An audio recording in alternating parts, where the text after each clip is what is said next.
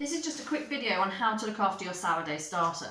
A sourdough starter is the equivalent, I guess, of yeast in the bread, but it's a naturally made fermentation with just flour and water. It's taken a while to create it. This is a nice active live starter and it lives in the fridge.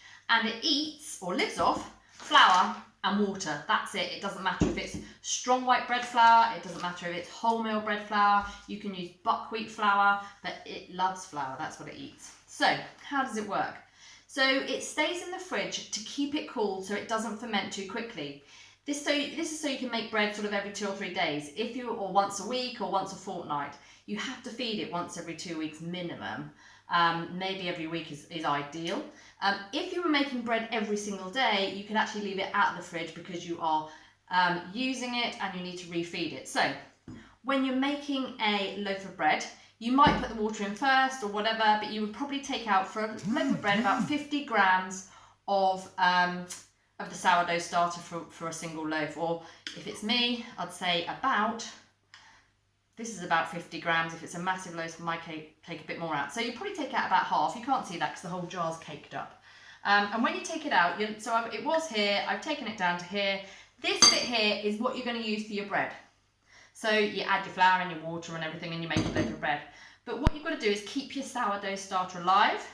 So you normally weigh in about the same amount of flour and water as you took out. So you sort of should be left with about 50 grams. So you just top it up. Most people weigh it, I don't. Sometimes I'll use white flour, the next week I might use brown flour. And so you refeed it, so you've got some still in there because that's going to obviously activate it and keep it going. You mix it up, flour and water, so you're after a porridgey consistency. So it's like a gloop. Let me show you here, plop.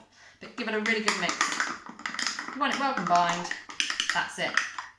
So every time you make a loaf of bread, you take it out, you decant half, or your 50 grams, you replenish it with about 50-50, or maybe, I don't know. Do you know what, I just completely make it up. But you must leave some in there, obviously, to keep it going.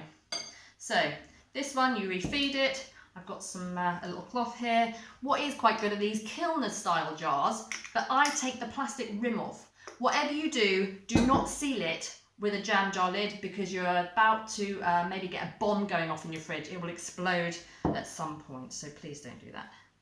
So I use this little kind of cloth thing.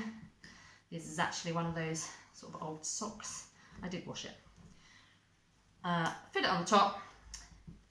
And then what you're doing is you're putting it in the fridge until it'll stay there for a week to decant it. Even if you don't use it, decant a bit and refeed it. That's it. It really is that easy.